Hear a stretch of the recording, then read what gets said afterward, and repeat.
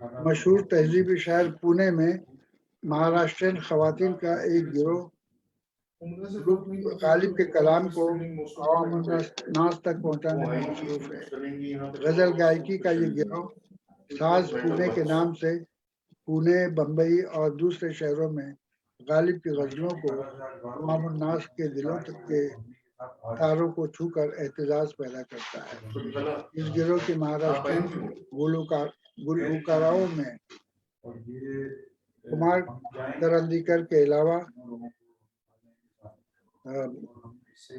شروتی کرندیکر، گایتری ڈھولے اور ششی کلا گوپیکر ہیں۔ انہوں نے غالب کی تقریباً 25 غزلیں ساز و آہنگ کے ساتھ سٹیج پر پیش کی ہے۔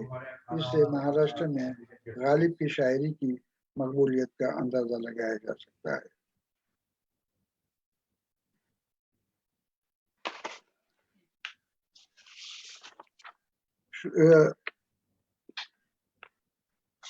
شروتی کرندیکر اور ان کے گروپ نے غالب کی جو غزلیں گائی ہیں ان میں سے چند کے مطلع ہیں: ہزاروں خواہشیں ایسی کہ ہر خواہش پہ دم نکلے، بہت نکلے میرے ارمان لیکن پھر بھی کم نکلے، یا دل ناداں تجھے ہوا کیا ہے، آخر اس درد کی دوا کیا ہے، ابن مریم ہوا کرے کوئی، میرے دکھ کی دوا کرے کوئی، یہ نہ تھی ہماری قسمت کہ مثال یار ہوتا، اگر اور جیتے رہتے یہی انتظار ہوتا، اور بازش ہے اطفال ہے دنیا میرے آگے، ہوتا ہے شب و روز تماشا میرے آگے۔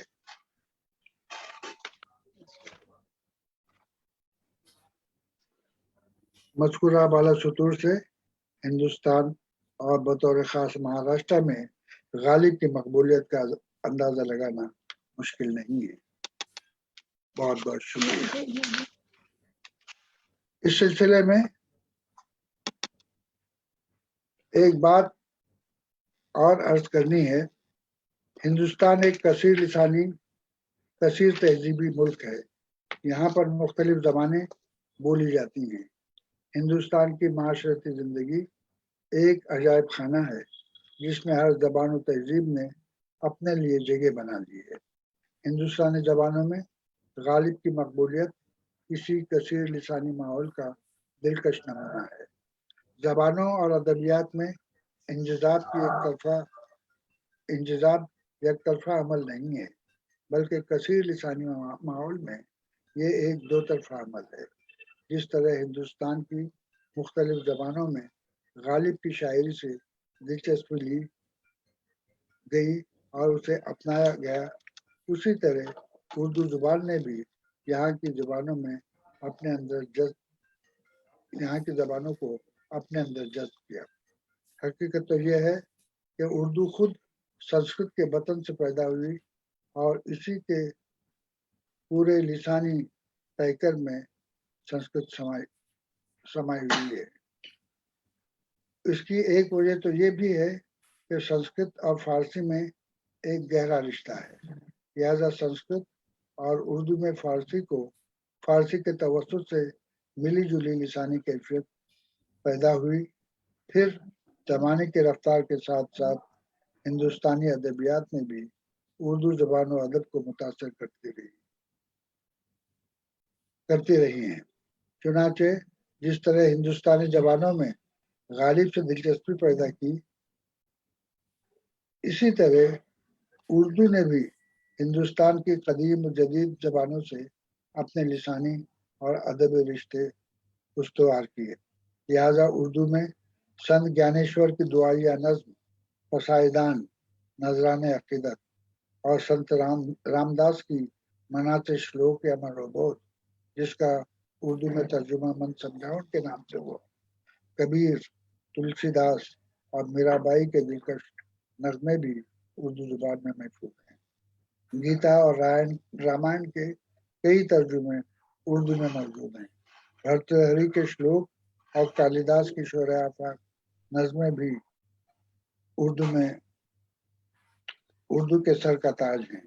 یہ انجزات ہندوستان کی لسانی اور